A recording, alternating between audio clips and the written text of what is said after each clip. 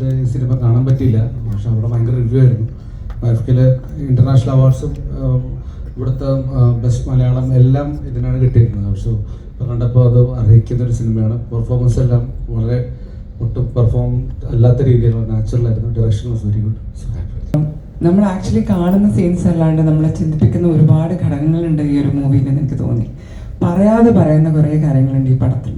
അപ്പോൾ അതിൽ ഈ ഹോൾ ക്രൂവിന് എൻ്റെ എല്ലാവിധ വിശ്വസം നേരുന്നു. ഈ ഒരു പടം സൂപ്പർ ഡൂപ്പർ ഹിറ്റായിട്ട് മാറണം ഞാൻ ആത്മാർത്ഥമായിട്ട് ആഗ്രഹിക്കുന്നുണ്ട്.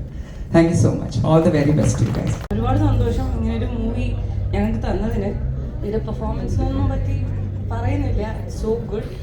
എനിക്കിപ്പം എൻ്റെ ഉമ്മയുടെ വീട്ടിലും ഉപ്പയുടെ വീട്ടിലൊക്കെ ഉണ്ടായ ഇങ്ങനെ കുറേ ക്യാരക്ടേഴ്സ് നമുക്ക് അറിയുന്നവരുണ്ട്.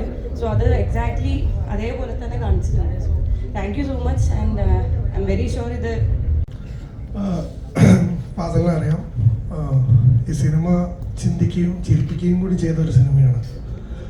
വളരെ സന്തോഷം ഇങ്ങനൊരു സിനിമ വേഫെയർ പുറത്ത് കൊണ്ടുവന്നതും നമുക്കെല്ലാവർക്കും കാണാനൊരു അവസരം ഒരുക്കി തന്നതും പിന്നെ ഇത് തിയേറ്ററിൽ 10-ാം തീയതി എത്തുന്നു. അപ്പം സോ ലൈക്ക് അങ്ങനെ ഒതുങ്ങി പോകാത്തൊരു സിനിമയായി മാറണമെന്ന് ആഗ്രഹമുണ്ട് ഈ സിനിമ.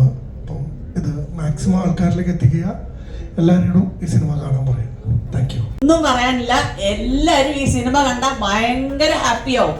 ഒരുപാട് ഒരുപാട് ഒരുപാട് ചിന്തിക്കാനുണ്ട്.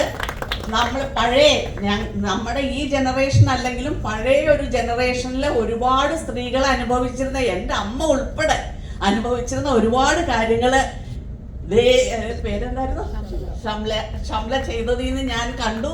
ഒരുപാട് സന്തോഷമായി. എല്ലാവരും കാണണം. ഞാൻ എന്തായാലും നാളെ തൊട്ട് എല്ലാവരോടും പറയും കാണാൻ.